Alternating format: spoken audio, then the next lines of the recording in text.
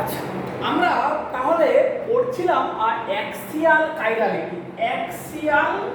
Axial chirality. তো axial chirality পড়তে গিয়ে আমরা দুটো সিস্টেমের কথা বলেছি। একটা হচ্ছে অ্যালিন সিস্টেম, তার মিনিমাম ক্রাইটেরিয়া যে CAB ডবল বন্ড CAB, এটা হচ্ছে minimum criteria to be optically active এর অ্যালিন। আর আমরা কি পড়েছি না, আর একটা পড়েছি আমরা অপটিক্যালি অ্যাক্টিভ বাইফিনাইল। সেখানেও মিনিমাম ক্রাইটেরিয়া হচ্ছে গিয়ে এইটা, অপটিক্যালি অ্যাক্টিভ বাইফিনাইল হওয়ার মিনিমাম ক্রাইটেরিয়া।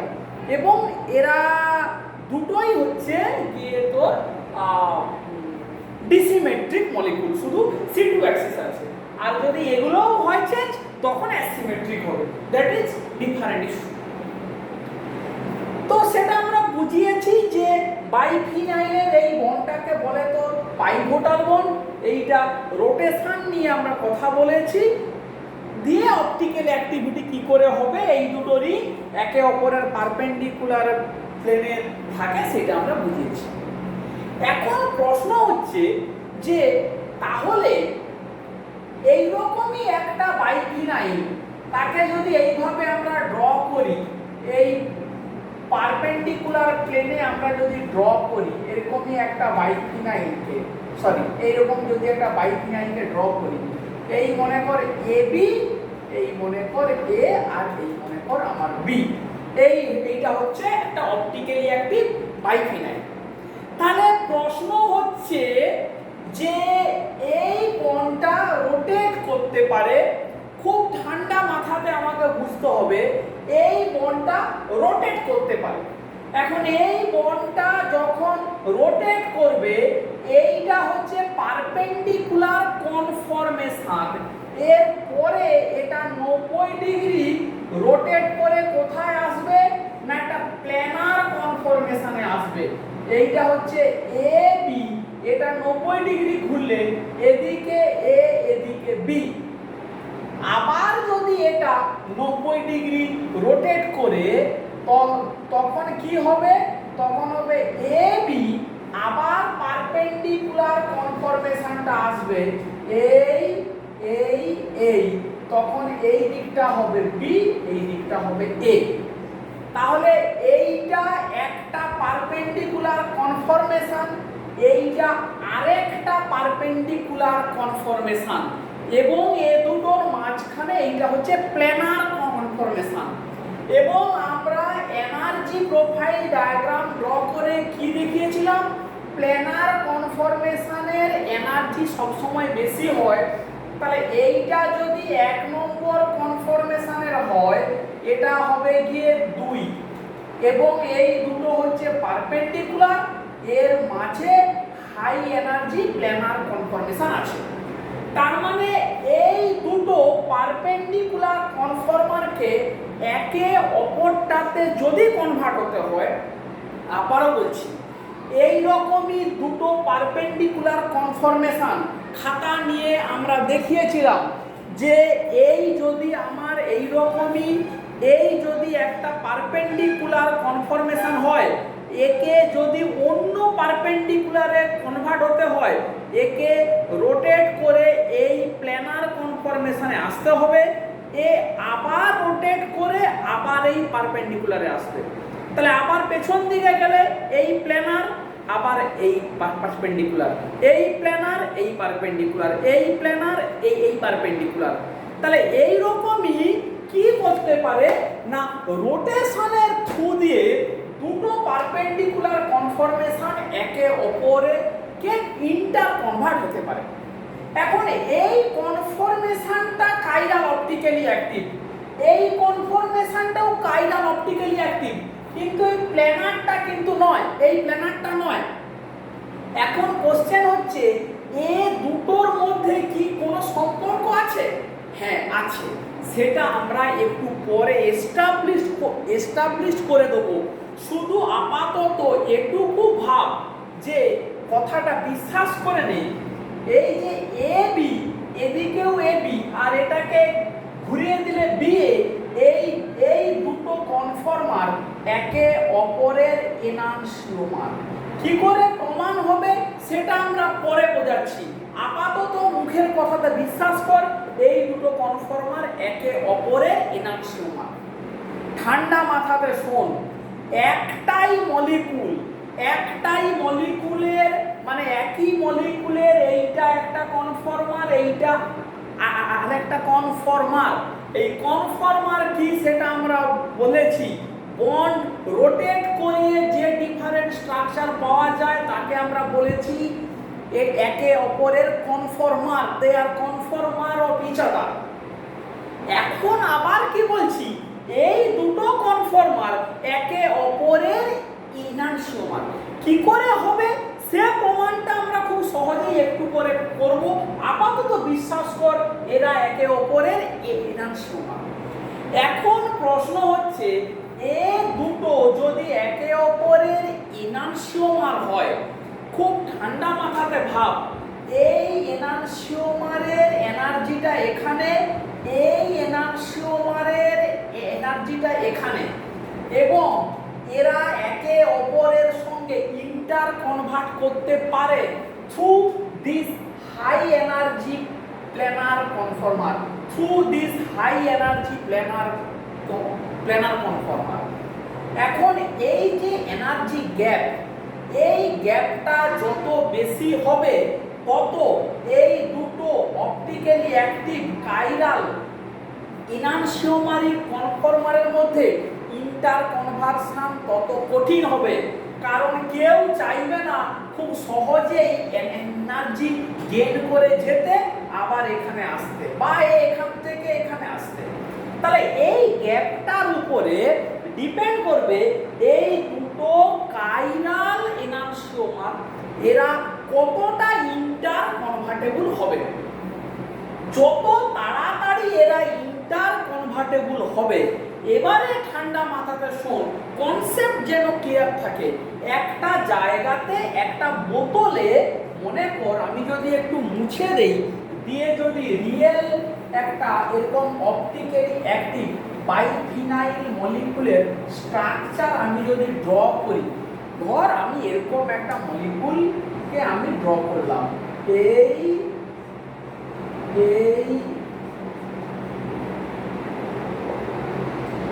এখানে আছে F, এখানে ONE, এখানে আছে ONE, এখানে আছে F। এইটা একটা অপটিক্যালি অ্যাক্টিভ বাইফিনাইল। তাহলে এই বন্ডটা যদি রোটেট করে তাহলে এর অন্য যে এনানসিওমারিক স্ট্রাকচারটা আসবে আমরা ধরে নিয়েছি, তার স্ট্রাকচারটা কি হবে, এটা F, এটা ONE, এইটা F, এইটা ONE। তাহলে এই দুটো স্ট্রাকচার। এখন এই মলিকুলটা তো রিয়েল মলিকুল, তাহলে এই মলিকুলটা মনে কর আমি 1 গ্রাম নিয়েছি, তাহলে এই মলিকুলটা 1 গ্রামের মধ্যে এই মলিকুলের সংখ্যা কত আছে না 6.023 × 10⁻23 ইনটু সাম এক্স ফ্যাক্টর। সেই এক্স ফ্যাক্টরটা যাই পারে হোক না কেন, at least 10⁻22 number of molecules আছে। 10⁻22 নাম্বার অফ মলিকুলস এর কথা ভাব, অত মলিকুল, ব্যাপারটা একটু ভাব, রিয়েলাইজ কর। তাহলে 10⁻22 সংখ্যক ওই মলিকুল এই কনফর্মারেও থাকতে পারে, এই কনফর্মারেও থাকতে পারে, এবং একটা কনফর্মার অন্য কনফর্মারে রুম টেম্পারেচারে খুব সহজেই ইন্টার কনভার্ট করতে পারবে। কখন? যখন একে কনভার্ট হওয়ার জন্য যে প্ল্যানার স্ট্রাকচারের থ্রু দিয়ে যাবে, সেই প্ল্যানার স্ট্রাকচারের এনার্জি কতটা তার উপরেই কিন্তু ডিপেন্ড করবে। এই প্ল্যানার স্ট্রাকচারের এনার্জিটা কতটা তার উপরেই কিন্তু ডিপেন্ড করবে।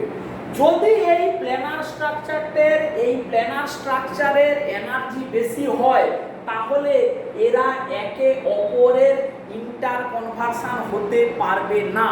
কিন্তু যদি এই প্ল্যানার স্ট্রাকচারের এনার্জি রিলেটিভলি কম হয় তখন এই দুটো স্ট্রাকচার খুব সহজেই একে অপরের ইন্টার কনভার্ট, মানে রিয়েল টাইমে এখানে কনভার্ট হচ্ছে, এখানে কনভার্ট হচ্ছে, এই দুটো একে অপরের ইন্টার কনভার্ট হচ্ছে রিয়েল টাইমে, চোখের পলকে, মানে ফ্র্যাকশন অফ সেকেন্ডের মধ্যে। তাহলে কি, তাহলে আমি কি এক্সপেক্ট করতে পারি এই দুটো স্ট্রাকচার যদি একে অপরের এনানসিওমার হয়, তাহলে যদি এরা একে অপরের খুব কুইক ইন্টার কনভার্সন হয়, তাহলে অ্যাকচুয়ালি এই মলিকুলটার মধ্যে দুটো এনানসিওমারের মিক্সচার আছে, দুটো এনানসিওমারের মিক্সচার আছে, বাকি এটা একটা রেসিমিক মিক্সচার, এটা একটা রেসিমিক মিক্সচার হয়ে আছে।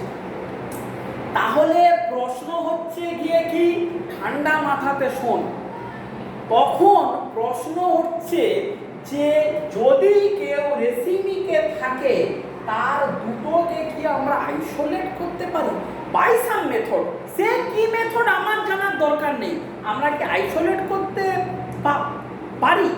বাইফিনাইলের ক্ষেত্রে প্রশ্নটা খুব ভ্যালিড, এটাই আমাদের আজকের দিনের স্টাডি মেটেরিয়াল, এটাই আমাদের বুঝতে হবে। তাহলে বোঝার ব্যাপারটা কি?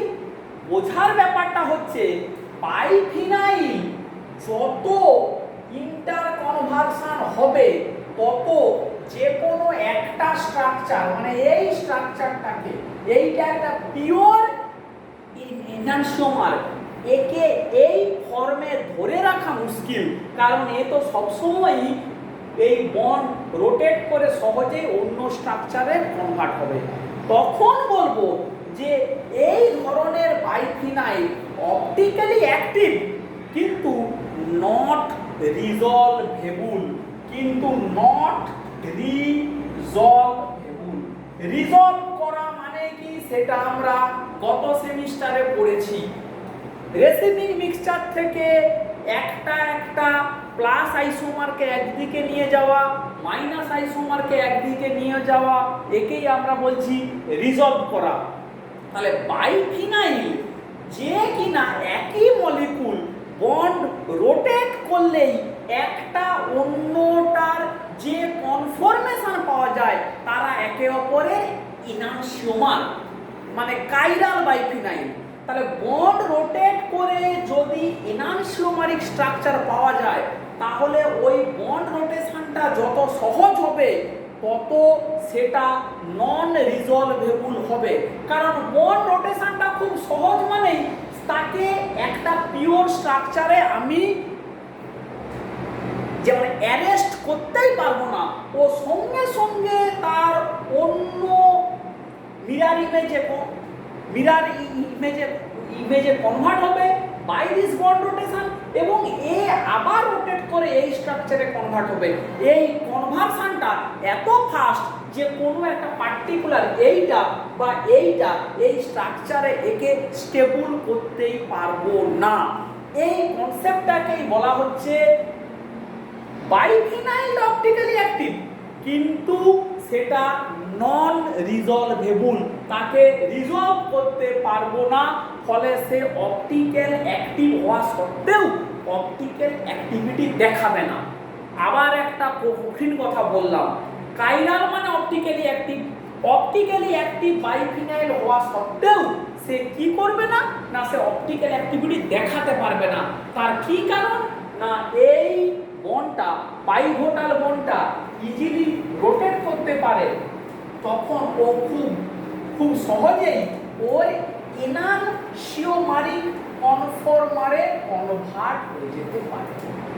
এখন যদি কোনো বাইফিনাইলের এই দুটোর মধ্যে যদি কোনো অপটিক্যালি অ্যাক্টিভ বাইফিনাইলের এই দুটো কনফর্মারের মধ্যে যে প্ল্যানার কনফর্মার আছে তার এনার্জি যদি হাই হয় তখন এখানে কনভার্ট হতে পারবে না, এও এখানে কনভার্ট হতে পারবে না। তাহলে কোনো একটাকে আইসোলেট করে নিলে কি মেথডে আমার জানার প্রয়োজন নেই, কোনো মেথডে আইসোলেট করে নিলে সে ওই অবস্থাতেই থাকবে, ফলে ওকে কোনোভাবেই অন্যটাতে কনভার্ট হবে না, তখন তাকে বলবো ইট ইজ রিজলভেবল, মানে একে রিজলভ করা গেল। এখন প্রশ্ন হচ্ছে তাহলে কি করে বুঝবো যে কার ক্ষেত্রে প্ল্যানার কনফর্মারের এনার্জি হাই হবে, কার ক্ষেত্রে প্ল্যানার কনফর্মারের এনার্জিটা লো হবে? সেইটার উত্তর কে দেবে? সেইটার উত্তরটা দেবে এই অর্থ পজিশনে যে গ্রুপগুলো আছে, অর্থতে যে গ্রুপগুলো আছে, এই গ্রুপগুলো কতটা বড়, এদের সাইজ কতটা, সেইটার উপরেই ডিপেন্ড করবে। মানে ধর এটাকে লিখলাম এ না লিখে বি, এটাকে লিখলাম এ, তার মানে এ এর একটা অ্যাটমিক তো রেডিয়াস আছে, বি এর একটা অ্যাটমিক রেডিয়াস আছে, তো দুটোকে যোগ করলে এ দুটোর মিলিত ভলিউম, এখানে অ্যাভেলেবল যে স্পেসটা আছে, এখানে যতটা জায়গা আছে তার তুলনায় যদি এদের মিলিত ভলিউম কম হয়, তাহলে তো প্ল্যানার স্ট্রাকচারে কোনো ইন্টারঅ্যাকশনই নেই, মানে প্ল্যানার স্ট্রাকচারে এনার্জি মোটেই বেশি নয়, ফলে এই বলটা খুব সহজেই ইজিলি রোটেট করবে, রুম টেম্পারেচারে খুব সহজেই রোটেট করবে, ফলে এনানসিওমারি কনফর্মেশনগুলো একে অপরের খুব সহজেই ইন্টার কনভার্ট হবে, সো দে উইল বি নন রিজলভেবল। আর যদি এই দুটো সাবস্টিটিউটের মিলিত অ্যাটমিক রেডিয়াস যদি এখানে অ্যাভেলেবল স্পেসের থেকে যদি বেশি হয়, তাহলে কি হবে? তখন প্ল্যানার স্ট্রাকচারে এদের মধ্যে সিভিয়ার স্টেরিক রিপালশন হবে, ফলে প্ল্যানার স্ট্রাকচারের এনার্জিটা খুবই বেশি হবে, ফলে পারপেন্ডিকুলার কনফর্মার অপর এনানসিওমারিক পারপেন্ডিকুলার কনফর্মারে ইন্টার কনভার্ট হতে পারবে না, বিকজ ইন্টার কনভার্ট হতে গেলে যে প্ল্যানার কনফর্মারের থ্রু দিয়ে যেতে হবে তার এনার্জি এতটাই হাই, রুম টেম্পারেচারে সেটাকে অ্যাচিভ করা সম্ভব নয়, ফলে ওকে আমরা বলবো দে আর রিজলভেবল। ওই ধরনের কাইরাল বাইফিনাইলকে রিজলভ করা যাবে। তাহলে এই ব্যাপারটাকে খুব ঠান্ডা মাথাতে একটু বুঝতে হবে যে এই কাইরাল বাইফিনাইলকে রিজলভ আর নন রিজলভেবলের এই ব্যাপারটা কি।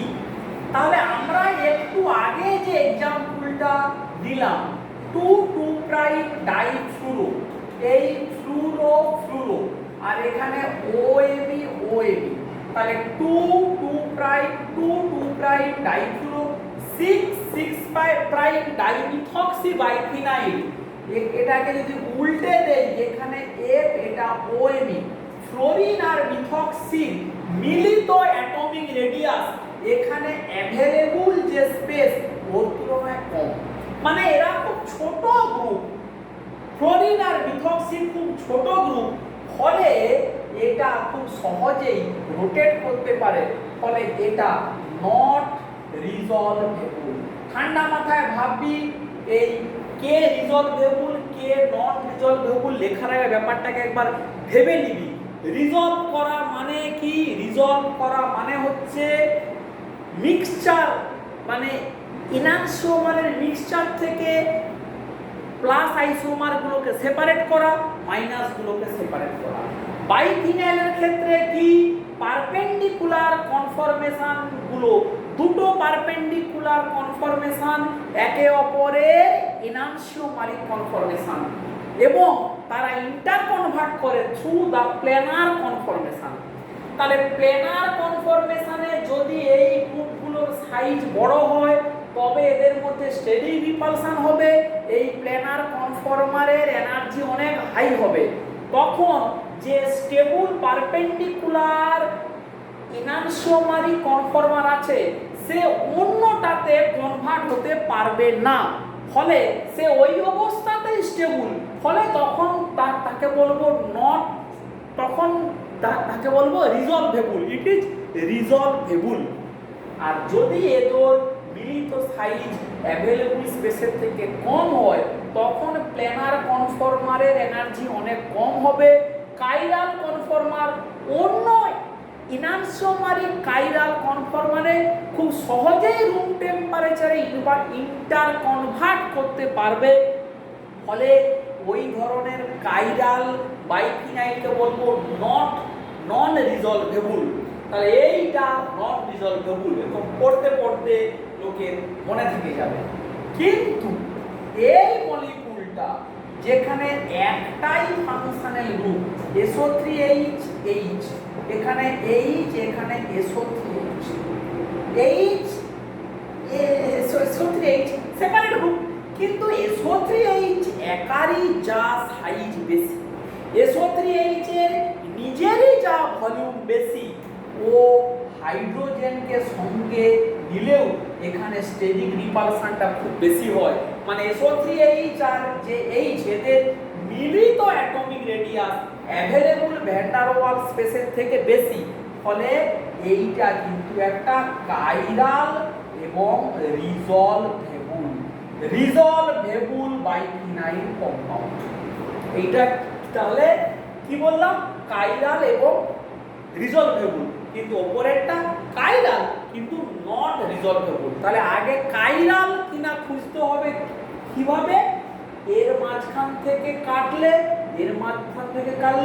দুটো হাফ সেপারেট হয় কিনা আমাকে আগে টেস্ট করে দেখতে হবে, যেটা আগের ভিডিওতে আমরা ডিটেইলসে বলেছিলাম। তাহলে এই কথাটা মাথায় রাখতে হবে যে কাইরাল বাইফিনাইলের ক্ষেত্রে এই রিজলভ এবং নন রিজলভের ব্যাপারটা কি। তাহলে এই ব্যাপারটা যে ঘটলো, যে কাইরাল বাইফিনাইলের ক্ষেত্রে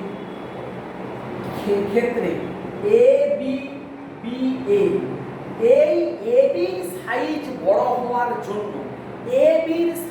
বড় হওয়ার জন্য যদি এই বন্ডটার রোটেশনটা রেস্ট্রিক্টেড হয়ে যায় তখন এখানে একটা এনানসিওমার, ওখানে আরেকটা ইনানসিওমার, দুটোকে কি করা যাবে, রিজলভ করা যাবে। কারণ এদের এই প্ল্যানারের এনার্জিটা হাই, তার মানে তখন এইটার ফ্রি রোটেশনটা রেস্ট্রিক্ট হয়ে যাচ্ছে। কি হয়ে যাচ্ছে, ফ্রি রোটেশনটা রেস্ট্রিক্ট হয়ে যাচ্ছে। এই যে ফ্রি রোটেশনটা রেস্ট্রিক্ট হয়ে যাচ্ছে, তাহলে conformer generated due to restricted rotation, বা আমরা বলবো এইটা যে একে অপরের এনানসিওমার, ফলে এটাকেও আমরা বলবো ইট ইজ, তাহলে কি এটাকেও একটা স্টিরিও আইসোমার বলবো। তাহলে stereoisomers generated due to restricted rotation of the pivotal bond, এই ফেনোমেননকে বলা হবে অ্যাট্রপ আইসোমারিজম। কি বলা হবে, অ্যাট্রপ আইসোমার বা অ্যাট্রপ আইসোমারিজম। তাহলে isomerism generated due to restricted rotation, সেই ফেনোমেননকে বলা হবে অ্যাট্রপ আইসোমারিজম। এবং এরকম একটা এক্সাম্পল দিয়ে দেখিয়ে দিতে হবে এই ধরনের বাইফিনাইল মিনিমাম ক্রাইটেরিয়া এবি, ফলে সেখানে কোনো প্লেন অফ সিমেট্রি নেই, সেটা অপটিক্যালি অ্যাক্টিভ এবং এ আর বির মিলিত সাইজ যথেষ্ট বেশি হওয়ার জন্য, যথেষ্ট বেশি মানে কি, অ্যাভেলেবল ভ্যান ডার ওয়ালস স্পেসের থেকে বেশি, অ্যাভেলেবল ভ্যান ডার ওয়ালস স্পেসের থেকে এদের মিলিত অ্যাটমিক রেডিয়াসের সাইজ বেশি হওয়ার জন্য প্ল্যানার কনফর্মারের এনার্জি হাই হয়। ফলে পারপেন্ডিকুলার কনফর্মার দুটো ইন্টার কনভার্ট করতে পারে না, বা এই বন্ডের, এই বাইভোটাল বন্ডের ফ্রিলি রোটেশন হয় না। তখন এই দুটো যে স্টিরিওআইসোমার জেনারেট হয়ে গেল, কেন হয়ে গেল, ডিউ টু রেস্ট্রিক্টেড রোটেশন। এই ফেনোমেননকেই বলা হবে অ্যাট্রপ আইসোমারিজম। তাহলে এই অ্যাট্রপ আইসোমারিজম যে হয় তার আরো একটা ইন্টারেস্টিং প্রমাণ দেয় এইরকমই একটা মলিকুল। এই আর এখানেও আর এই এইখানে COH। তাহলে আমরা অপটিক্যালি অ্যাক্টিভ বাইফিনাইলের ক্রাইটেরিয়া কি বলেছিলাম? এই বেঞ্জিনের মাঝখান দিয়ে কাটলে প্লেন অফ সিমেট্রি নেই, এই আর এর ইমেজ আর, কিন্তু এই CO2H এর উপরে কে আছে? এখানে H, ফলে এর মাঝখান দিয়ে কোনো প্লেন অফ সিমেট্রি নেই। সিমিলারলি এর মাঝখান দিয়ে plane of plane of symmetry নেই, এই আরটার ইমেজ আর, কিন্তু এখানে আছে H, তার ইমেজ এখানে CO2H নয়, ফলে this is a potential chiral biphenyl. এবারে প্রশ্ন হচ্ছে কেস 1, যদি আরটা ফ্লুরিন হয়, মানে এটাও ফ্লুরিন ফ্লুরিন ফ্লুরিন ফ্লুরিন, তখন এক্সপেরিমেন্টাল এভিডেন্স বলছে দুটো ফ্লুরিনের অ্যাটমিক রেডিয়াস 2 গুণিত 0.139 ন্যানোমিটার সমান কত? 0.278 ন্যানোমিটার। আর এইখানে অ্যাভেলেবল স্পেসটা কত? অ্যাভেলেবল স্পেসটা হচ্ছে 0.290 ন্যানোমিটার। অ্যাভেলেবল ভ্যান্ডার ওয়াল স্পেস, ভ্যান্ডার ওয়াল কত স্পেসটা? 0.290 ন্যানোমিটার। আর দুটো ফ্লোরিনের মিলিত অ্যাটমিক রেডিয়াস কত? 0.278 ন্যানোমিটার। তাহলে নিশ্চয়ই এই ভ্যালুটা 290 থেকে কম, ফলে এই বন্ডটা ফ্রিলি রোটেট করতে পারে। তখন এই বাইফিনাইলটা অপটিক্যালি অ্যাক্টিভ হওয়া সত্ত্বেও এটা হবে নট রিজলভেবল। কি হবে এটা? Not resolvable. 1 number point. 2 number point, আর যদি মিথক্সি হয়, আর যদি মিথক্সি হয়, তখন মিলিত অ্যাটমিক রেডিয়াস 2 গুণিতক 145 ন্যানোমিটার সমান 290 nanometre, which is just equals to available space কত? 290 ন্যানোমিটার। তাহলে available স্পেসটাও 290 ন্যানোমিটার, আর দুটো মিথক্সির মিলিত অ্যাটমিক রেডিয়াসও 290 ন্যানোমিটার। তাহলে তখন কি হবে? তখন এই মলিকিউলটাকে রিজলভ করা যাবে, it is resolvable, but again racemizes easily, মানে ওকে রিজলভ করা যাবে কিন্তু আবার কি হবে? রেসিমাইজ করে যাবে। এই হচ্ছে যে বক্তব্য। 3 নম্বর, যদি আর ক্লোরিন হয়, আর যদি ক্লোরিন হয়, তখন মিলিত অ্যাটমিক রেডিয়াস 2 গুণিত 169 ন্যানোমিটার সমান কত? 169 করলে 338.338 nanometre, which is much greater than available space 290 ন্যানোমিটারের থেকে বেশি, 0.290 ন্যানোমিটার থেকে বেশি ক্লোরিন থাকলে তখন কি হবে? Severe steric repulsion, high energy planar conformer, ফলে কি হবে? তখন এটা হবে রিজলভেবল, তখন অপটিক্যালি অ্যাক্টিভ এবং এটা রিজলভেবল। তাহলে দেখ, আমরা এই যে অ্যাট্রোপাইসোমারিজম ব্যাপারটাকে আমরা কি সুন্দর একদম বাস্তব এক্সাম্পল দিয়ে বুঝালাম যে সত্যি সত্যি অ্যাট্রোপাইসোমারিজম হয়, রেস্ট্রিক্টেড রোটেশন হয়। যখন আর গুলো ফ্লোরিন, তখন রোটেশনটা রেস্ট্রিক্টেড নয়, এ ইজিলি রোটেট করতে পারে। অ্যাভেলেবল স্পেসের থেকে দুটো ফ্লোরিনের মিলিত অ্যাটমিক রেডিয়াসটা কম, ফলে এটাকে রিজলভ করা যাবে না। কিন্তু যখন এটা ক্লোরিন হবে, তখন মিলিত রেডিয়াসটা অনেক বেশি দেন অ্যাভেলেবল স্পেস, ফলে ইন্টার কনভার্সন সম্ভব নয়, বা এই বন্ডটার ফ্রি রোটেশন সম্ভব নয়, বা রোটেশনটা রেস্ট্রিক্টেড। তখন স্টিরিওআইসোমার সেপারেট হচ্ছে, বা তখন এটা রিজলভেবল, অপটিক্যালি অ্যাক্টিভ এবং রিজলভেবল। আর যদি অ্যাভেলেবল স্পেস মিলিত অ্যাটমিক রেডিয়াসের সঙ্গে প্রায় ম্যাচ করে যায়, মোটামুটি একটা সমান সমান হয়ে যায়, তখন কি হলো? তখন তাকে রিজলভ করা যাবে কিন্তু সে আবার রেসিমাইজ করবে, আবার রেসিমাইজ করবে।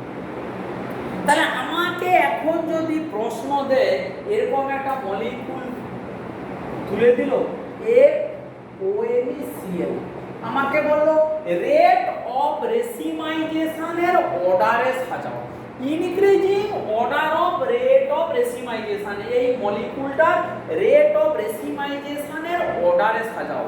প্রশ্নটা ঠান্ডা মাথায় শুনবি, শুনে একটু চোখ বন্ধ করে ভাববি আমাকে কি চেয়েছে, রেসিমাইজেশনের অর্ডারের ইনক্রিজিং অর্ডার, মানে যে সবথেকে ভালো রেসিমাইজ করবে তাকে রাখবো লাস্টে, যে সবথেকে কম রেসিমাইজ করবে সে থাকবে ফার্স্টে। তাহলে রেসিমাইজ কে করতে পারবে, যার এই বন্ডটা ফ্রিলি রোটেট করতে পারবে। পরপর পরপর ভাববি, কোনো মুখস্থ নয়। তাহলে সবথেকে ভালো রেসিমাইজ কে করবে, যার এই বন্ডটা সবথেকে ভালো ফ্রিলি রোটেট করবে। কার ফ্রিলি রোটেট করবে, যার এইগুলোর সাইজ হবে কম। তাহলে এখানে মানে ছোট গ্রুপটাকে ফ্লোরিন, তাহলে আর যখন ফ্লোরিন তখনই কি হবে, ম্যাক্সিমাম রেসিমাইজেশনটা হবে, এই ফ্লোরিনটাকে দিয়ে দেওয়া। তারপরে কি হবে, যার সাইজ ওর থেকে একটু কম সেকে মিথক্সি, তাহলে মিথক্সি এই ON আর Cl তা হচ্ছে এদের মধ্যে সব থেকে বড়, তাহলে তার রেসিমাইজেশন হবে। যদি উল্টো বলে কে বেটার রিজলভ হবে, সেই অর্ডারে সাজাও। রিজলভ কে বেটার হবে, যার সাইজ বড় সে বেটার রিজলভ হবে। সাইজ বড় মানে তার প্ল্যানার স্ট্রাকচারের এনার্জি বেশি, ফলে একটা এনানসিওমারিক কনফর্মার অন্য এনানসিওমারিক কনফর্মারে খুব সহজে কনভার্ট হতে পারবে না, খুব সহজে কনভার্ট হতে পারবে না। তাই ওর কি হলো না, ও সব থেকে বেটার রিজলভ হবে। তাহলে ভালো রিজলভের অর্ডার না রেসিমাইজেশনের অর্ডার, সেটা কিন্তু ভালো করে আগে বুঝিয়ে নিতে হবে। কোশ্চেনটা ভালো করে পড়ে একটু ঠান্ডা মাথাতে মাথা ঠান্ডা রাখতে হবে। এরকম প্রচুর কনসেপচুয়াল কোশ্চেন কিন্তু দিতে পারে। ধর আমি যদি একটা এক্সাম্পল এরকম করে দেই যে মানে কয়েকটা রিজলভেবল অপটিক্যালি অ্যাক্টিভ বাইফিনাইল,